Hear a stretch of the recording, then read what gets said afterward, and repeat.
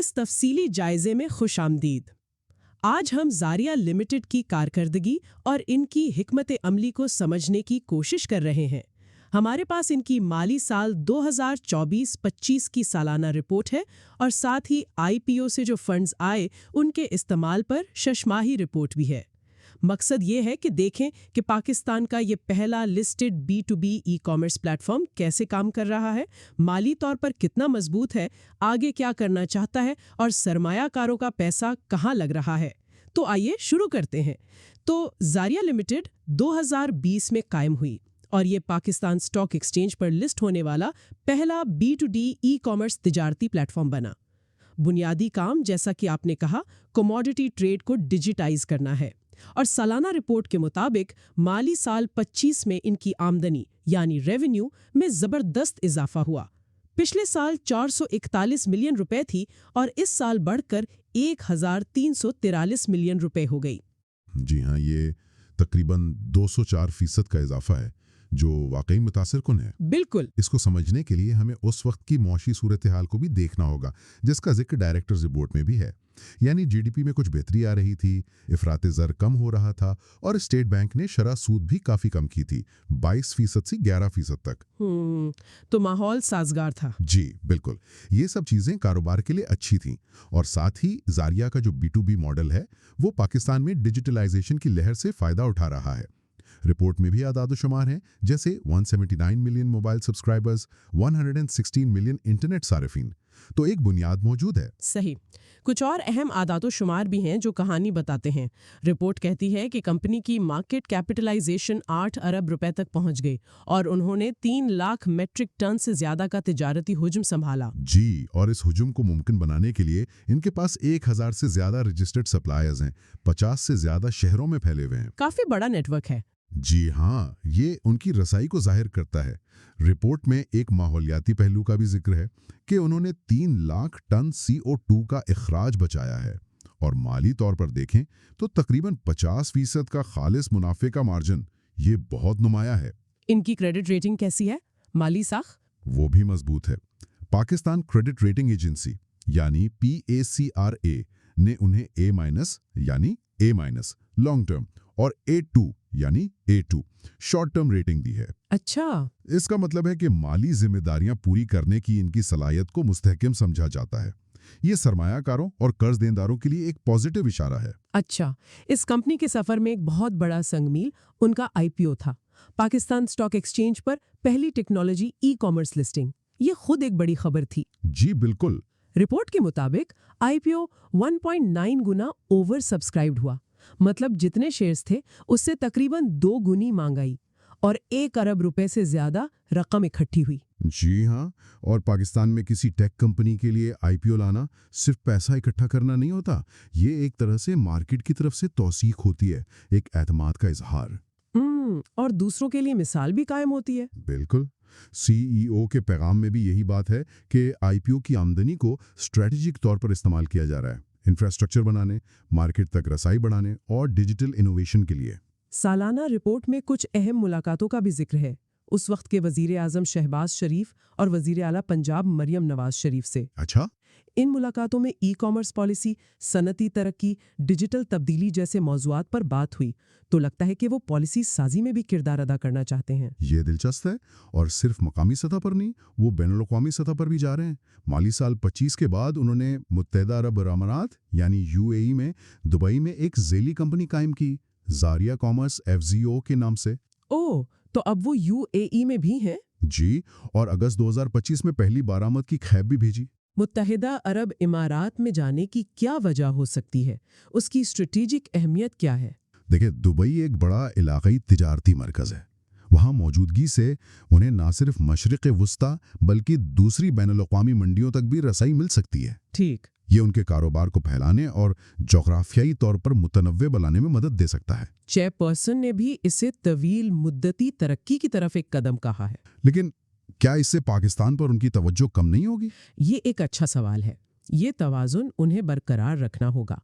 बैनुल-अक़वामी तौसी अहम है, लेकिन बुनियादी मार्केट को नज़रअंदाज नहीं किया जा सकता। अब जरा इनके काम करने के तरीके को समझते हैं। उनका बिजनेस मॉडल क्या है? रिपोर्ट कहती है कि 2 तरीके हैं। जी। पहला प्लेटफॉर्म या मार्केट प्लेस मॉडल, इसमें वो खरीदारों और बेचने वालों को अपने डिजिटल प्लेटफॉर्म पर मिलवाते हैं और हर सौदे पर एक प्लेटफॉर्म यूजेज फीस या PUF लेते हैं, खुद माल जखीरा नहीं करते। जी, ये एक मॉडल है। दूसरा है ज़रई अजनास की बराह रास्त फरोख्त। ये खास तौर पर तब करते हैं जब किसी चीज़ की मौसमी तलब ज़्यादा हो। अच्छा, वो कैसे काम करता है? इसमें वो सप्लायर्स को पेशगी अदायगी करके माल खरीद लेते हैं और फिर सारिफीन को बेचते हैं।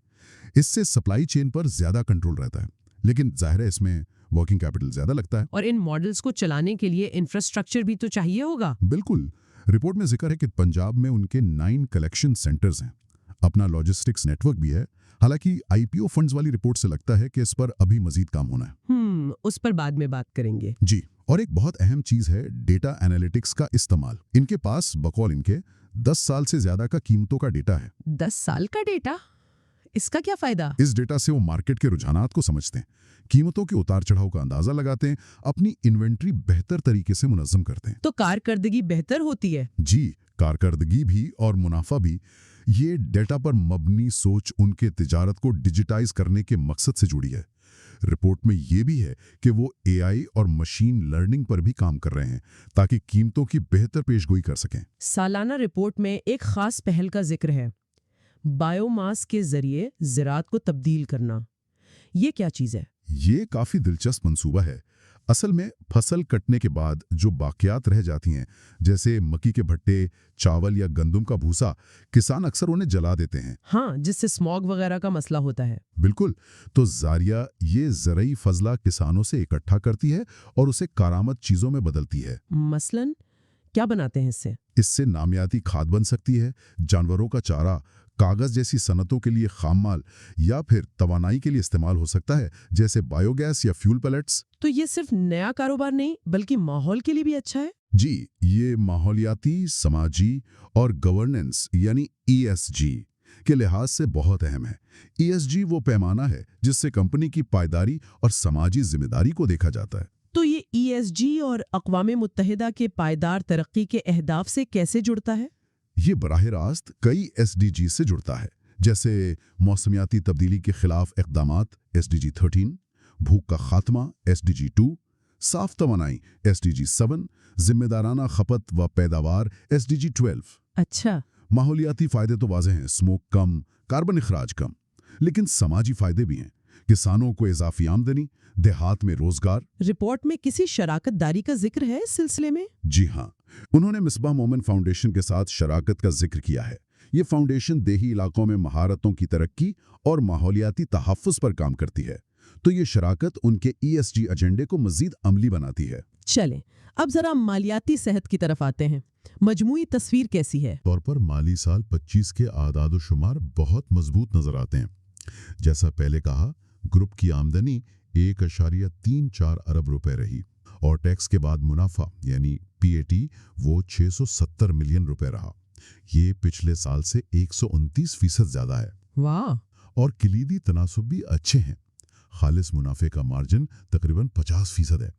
ये तिजारती कारोबार में बहुत ज्यादा है। 50%? ये कैसे मुमकिन है? ये गालिबन इनके प्लेटफॉर्म फीस PUF मॉडल की वजह से है, जहां वो खुद माल नहीं रखते।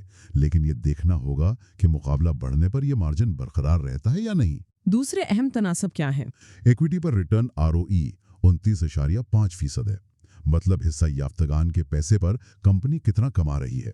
और असासों पर रिटर्न ROA 27.8% है, यानी असासों को कितने मौसर तरीके से इस्तेमाल किया जा रहा है। ये दोनों भी काफी मजबूत लग रहे हैं। जी, ये अच्छी कारकर्दगी और मुनाफा बख्शी की अलामत है। तो अगर आसान लफ्जों में पूछूं, सरमायाकार के लिए इसका क्या मतलब है? रिपोर्ट के मुताबिक बोर्ड ने माली साल 25 के लिए 1 रुपया फी शेयर नकद मुनाफा यानी डिविडेंड की सिफारिश की है। अच्छा, तो वो मुनाफा शेयर होल्डर्स को भी दे रहे हैं? जी हाँ, कमाई का कुछ हिस्सा वापस दिया जा रहा है। अब आते हैं उस बात पर कि IPO से जो पैसा आया था उसका क्या हुआ? शेषमाही रिपोर्ट क्या कहती है? जी, वो रिपोर्ट 30 जून 2025 तक की है। कुल 1.03 अरब रुपए आए थे। इसमें से वर्किंग कैपिटल के लिए जो 450 मिलियन रखे थे वो पूरे इस्तेमाल हो चुके हैं। ठीक है। टेक्नोलॉजी, मार्केटिंग, दफ्तर, गाड़ियां, इंसानी वसाइल पर भी कुछ खर्च हुआ है। लेकिन एक अहम बात यह है कि लॉजिस्टिक्स के लिए 500 मिलियन रुपए रखे गए थे। हाँ, वो एक बड़ा हिस्सा था। जी, बड़ा हिस्सा था। रिपोर्ट कहती है कि इसका इस्तेमाल अभी शुरू होना बाकी है। Utilization is yet to be started. अभी शुरू नहीं हुआ। जून 2025 तक। इसकी कोई वजह बताई है? रिपोर्ट में वजह नहीं बताई गई। हो सकता है वो अपनी हिकमत अमली पर दोबारा गौर कर रहे हो, या कोई और रुकावट हो, या शायद सही वक्त का इंतजार हो। लेकिन लॉजिस्टिक्स तो उनके लिए बहुत अहम होगा। बिल्कुल, कारोबार को फैलाने, मुल्क भर में पहुंचने और कारकर्दगी बढ़ाने के लिए बहुत अहम है। इसमें ताखीर से उनके करीबी मुद्दत के अहदाफ मुतासिर हो सकते हैं। रिपोर्ट के मुताबिक 30 जून 2025 तक तकरीबन 480 मिलियन रुपए गैर इस्तेमाल शुदा थे। जाहिर है हर कारोबार की तरह जारिया को भी कुछ खतरात होंगे। रिपोर्ट में उनका क्या जिक्र है? सालाना रिपोर्ट में स्वॉट और पेस्टल तज्जिए हैं, और डायरेक्टर्स रिपोर्ट में भी खतरात बताए गए हैं, जैसे माशी उतार चढ़ाव, शरह सूद, इफरात ज़र में तब्दीली, ज़राअत पर मौसमियाती तब्दीली के असरात, सैलाब, खुशसाली, मार्केट में मुकाबला, साइबर सिक्योरिटी के खतरात क्योंकि ये टेक प्लेटफॉर्म है, और पॉलिसी या रेगुलेशन में गैर यकीनी सूरत हाल। स्वॉट तज्जिए में कोई कमजोरी खास तौर पर बताई गई? जी हाँ, एक कमजोरी ये बताई गई कि उनके कलेक्शन सेंटर्स फिलहाल सिर्फ पंजाब में हैं। ओह, तो सिर्फ पंजाब में? जी, फिलहाल ये उनकी कौमी सतह पर रसाई को महदूद करता है, खासतौर पर अगर वो सिंध या केपीके जैसे दूसरे ज़रूरी इलाकों में जाना चाहें। मुस्तकबिल के लिए क्या मंसूबा है उनका? डायरेक्टर्स रिपोर्ट और स्ट्रैटेजिक मकासद से लगता है कि वो कारोबार का हुजूम बढ़ाना चाहते हैं, ऑपरेशनल कारकर्दगी बेहतर करना चाहते हैं, टेक्नोलॉजी खासतौर पर AI और ML का इस्तेमाल बढ़ाना चाहते हैं। और तौसी? जी, तौसी भी, नई अजनास शामिल करना, दरामदात और बरामदात बढ़ाना, जैसे UAE वाला कदम, अपना लॉजिस्टिक्स निज़ाम बनाना जिसमें बज़ाहिर ताख़ीर है, और इलाकाई मौजूदगी मजबूत करना।